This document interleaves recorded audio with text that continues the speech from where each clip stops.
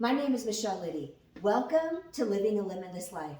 I help people connect to a positive self-identity for growth and expansion in all areas of your life. Today we're going to talk about self-acceptance, but I'm actually going to talk about all the facets of self-identity. In the previous video, I spoke about self-trust. In this video, I'm going to talk about self-acceptance. In the upcoming videos, I will cover self-worth, self-value, and self-respect. Now, I wanted to go over a definition that I found about self-acceptance that I really liked. Self-acceptance is the act of fully embracing who you are with all your strengths, weaknesses, and imperfections. It means acknowledging and owning your qualities, both positive and negative, without judgment or the need for validation from others. It's about recognizing your intrinsic worth as a person, independent of external achievements or validation. I thought that that was really good. So I'll start off with what causes us to disconnect from our self-acceptance. One of the main causes is unhealed emotional wounds and trauma. And this happens in our childhood. If we weren't really accepted for who we are, and maybe we were having, maybe we were bullied or invalidated for being who we are, or our feelings or our ideas, were invalidated or discounted, we start kind of disconnecting from who we are to be somebody that gets accepted. And when we disconnect from our self-acceptance, this can come out into a core belief of feeling not good enough. No matter what I do could be judged or criticized or corrected when we were kids. It's this emotional wounding of this trauma, this emotional wounding of when we were kids. It can cause all kinds of different variations of disconnecting from ourselves. And I'm going to cover a few of them. There are many more than these, but I'm going to cover a few of them. One is the fear of vulnerability. As kids, we're super open and excited and want to view our world and experience life and things, and in our mind we just want to have fun. And and that's a sense of vulnerability, is just releasing and being in the moment. You're not thinking, you have no thoughts of past and future, you're just really enjoying the present moment, and that's being vulnerable. But if we were dancing and laughing and singing and doing fun things, and if we were told, be quiet, don't say anything, or stop moving around, you're moving around too much, or don't ask so many questions, or if your joy was squashed, like you're really happy and somebody said, be quiet, like indirectly you may receive that as don't be happy by told to be being quiet. So you may connect to, having fun and joy is not a good thing, it's a bad thing. So you might start connecting to good things meaning bad things, meaning it could cause you suffering to have a lot of fun. I know in my family, if I was too excited or too happy, my dad didn't like that. He wanted me to be quiet and just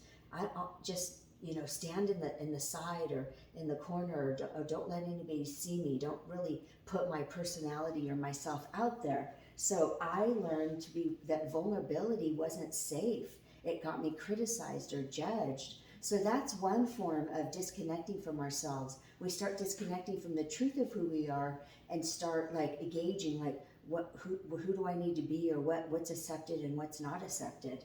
Another one is negative self-talk. So when we do something that's probably not even wrong when we were kids, it was just having fun and being expressive, we may have been criticized. Oh, look at the way you're dressed, or look at your hair, or look at the way that you walk, or look at the way you eat, or any way that we may have been criticized or judged. We will take that to ourselves as we'll do something and we get criticized, and then we say to ourselves, I should have known that, I shouldn't have done that, or I should have known better. And we start thinking that we should know something that we actually shouldn't know. How would we possibly be able to know? But we learn by punishment. We don't learn by support. And so we say to ourselves when we mess up, I should have known better, I shouldn't have done that. So then we talk to ourselves in negative ways, like, you're not good at this, or you're not good at that, or you should have, known better to do this, or you should have said this, or whatever it may be, our negative, our however we were spoken to as kids negatively, we start turning that against ourselves, and then we start talking to ourselves that way. We have no other comparisons to know how to talk to ourselves except the environment that we grew up in. And if it was a negative environment, we treat ourselves, how we were treated externally is now we start internalizing that, and that becomes our voice, and we start talking to ourselves in a negative manner, either to motivate ourselves or to get going on doing something. Negativity will never get us to a positive result. It's not sustainable. So if we negatively start trying to criticize or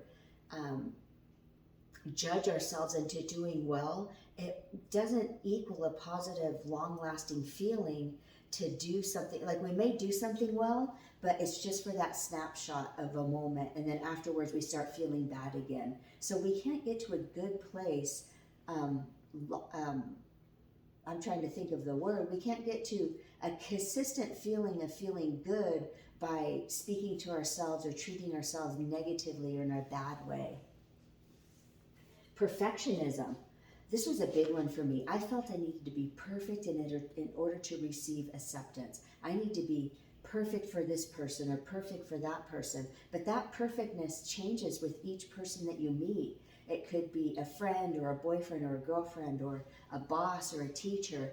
Everybody has different preferences. So I felt I needed to be perfect in order for somebody to accept me and like me. Like, I have to say the right thing, I have to do the right thing, I have to wear the right thing, I have to, everything had to just be perfect enough to not get a criticism or judgment. So perfection can really take us out sometimes. And then with perfectionism, we don't, we're trying to figure out, who do I need to be in order to not be rejected or in order to be accepted? So perfectionism can really be exhausting internally, because we're constantly scanning on who do we need to be in order to gain that acceptance. Comparing. If you weren't accepted for who you are, and you were, like I said before, judged and criticized constantly, you don't know. There's no gauge on, first of all, there's no acceptance for who you are, just however silly that is, or however expressive that is, or movement. If you have a lot of movement, you like to walk around, dance, taking up space by just having fun, by running or dancing or whatever that may be. You may have been told, sit still, don't move around so much, be quiet, don't get in people's way. And so we don't have a gauge that it's not okay to be me. So how do I be who you want me to be? It's usually directed towards a parent. Who do I be so I don't get yelled at or judged? So comparing can have two facets to it. The first one is comparing, like, who do I need? I'm trying to figure out who I need to be accepted and not be judged and criticized. So you're looking at this person and oh, that person looks like they're getting accepted. Well, maybe I need to act like that or take that trait on. Or this person looks like, oh, I guess you just stay quiet and you don't say anything. So I guess the best thing to do is to stay quiet and don't say anything. Oh, this person speaks really loud and it seems like they get really accepted. So maybe I need to speak really loud. So you're comparing and not in a judgmental way, but just like, what behaviors are they doing that gets them accepted that I need to do? And that's completely disconnecting from your self-acceptance by abandoning yourself to figure out what traits somebody else has and adopt those in order to be accepted. So that's a further way that we disconnect from the acceptance of who we are. The second one is comparing yourself to feel better about yourself. So you may judge or nitpick or complain about a person because in actuality, you may admire what they do. They may be they may have had a supportive upbringing, and so they're really expressive and authentic in who they are. And there may be a little bit of jealousy or a little bit of like, well, why do they get accepted and I don't? And it's no fault on on us that we weren't accepted because we didn't get any guidance. We didn't get acceptance for being the true, authentic self that we were being. We had to learn to disconnect and morph into somebody else in order to gain that acceptance. So that other comparing could be judging and criticizing other people to make ourselves feel good because we're in so much pain. We've lost touch with who we are that we don't even know who to be in order to gain that acceptance. And I'm not saying that the whole totality of who you are is abandoned, but there are parts of yourselves, and it could be a lot of parts, it could be some parts that we abandon ourselves to judge and criticize to feel better about ourselves. Now, what do we do to self-connect, to accept, to have self-acceptance within ourselves? It's connecting to being vulnerable. Get back to those places of being quiet with yourself and really, what are those parts of yourself that you may hide from other people, and start standing in strength and acceptance that you learn to turn the direction back to yourself and really say, I like this part of myself. I like being silly and laughing and joking, and I'm going to express that a little bit more, and I'm not going to worry if somebody likes it or not. I'm really going to put the focus on recognizing that that's who I want to be, and I'm going to express that part of myself more and not be afraid. And you just take small steps into this, and it could be laughing, it could be standing up for yourself and saying something. It would simply just say, no, I don't want to do that. That could be a big step for some of us, to really say, no, I don't want to do that, and really feel into your own body and realize, I don't want to do this, and I really want to say, I don't want to do this. So it's being vulnerable to speak up for yourself, be silly in some sort of way that you may have wanted to be silly, to laugh, to go for what you want. That's a sense of vulnerability, of going for what you want and not worrying about what other people may think about talking about. Let's say you said that you saw a movie that you liked and somebody else said, I don't like that movie. And being vulnerable is saying, well, I really liked it. Yeah, I can understand you may have not have liked it, but I actually really liked it. And stand in that vulnerability of not being in fear of being rejected because you may go against somebody else's opinion. That's a form of vulnerability as well, to not be like agreeing with them and saying, oh yeah, you're right, I didn't really like that movie. Instead, stand in your authenticity. And being authentic is being fully vulnerable and accepting the totality of who you are, no matter what somebody may think or if they agree with you or not. It's letting go of the resistance. And I want to read this a little bit. Resistance arises when we fight against who we are and what we feel. Being energetically connected to self-acceptance means surrendering that inner battle. Instead of pushing against what should be, you allow yourself to be you. This creates a natural flow of energy within. So when we let go of that inner battle of going against showing up in our authentic selves, when we let go of, okay, somebody won't like this, so I better not say that, or somebody won't like this part of me, so I'm not going to show that part of me. I'm not going to talk about this hobby that I really like doing because I may get judged. And so it's really releasing that inner battle and just being you. Really step into your authenticity and not thinking every time before you speak, and just say what's on your mind. As long as it's not being critical or judging to somebody else, or not being disrespectful to somebody else, to really say what's on your mind, it's okay, as long as it's in respect to yourself and other people. It's not having that hold back, like second guessing yourself, should I do this or not do this? And so that's a part of letting go of that resistance. Also, that resistance of stepping into your authenticity and not being in fear of showing that those parts of ourselves that we want to hide from other people. Sometimes I would sit there and think like, oh, I better not say that because somebody may not agree with me, or what if I say something and all eyes are on me and people don't. Now I say things and I'm like, I really want to express myself, so I'll say something and I'm not scanning the room looking, did they agree or did they not agree? Are they against me? And I just say it and stand and the person who really needs to accept what I say is me, and really accept myself in situations, not looking outside of myself. This is a huge one. Practice speaking kindly to yourself. I didn't realize how much I cut myself down or didn't speak kindly to myself. And it could start with just, and it may feel strange in the beginning to say, gosh, I really did that project really well. Or, gosh, I really felt good when I was with this group of people and I was sharing in the conversation and I wasn't worried about whatever the people were thinking. Or complimenting, look for ways to compliment yourself. Like look in the mirror and say, gosh, I really like the way I look today, or I like my outfit that I'm wearing. Really, sometimes look in the mirror and just look at yourself in the eyes and say, I love you. You're such an amazing person. Michelle, I really like who you are and who you're being.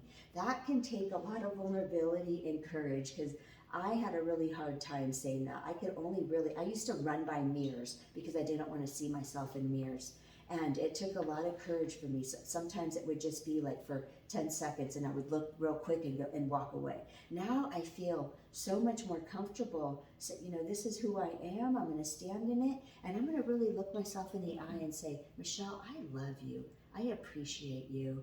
Gosh, I really like even if my hair's a mess, it's like, I really like the way you look today. And really just appreciate all those aspects of me. I don't have to look perfect in order for me to like, accept, and love myself.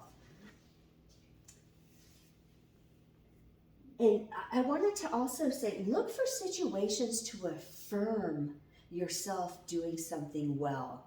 Affirm a good feeling. Gosh, I really feel good right now. Or gosh, I really like the color of the sky. I'm really gonna be in this moment and I really like the way this sky looks. Or I really like these birds chirping. It sounds really nice. Look for situations where you feel good in the situation, you feel good about yourself. And if it's a little too much to look at yourself and say, gosh, I really like how you look today, then start with something like you like the way that the leaves look on the tree, you like the way a bird looks, you like the way somebody said hi to you. And then little by little bring it to yourself and say, I really like these things about me. I like, you could start with, I like my fingernail.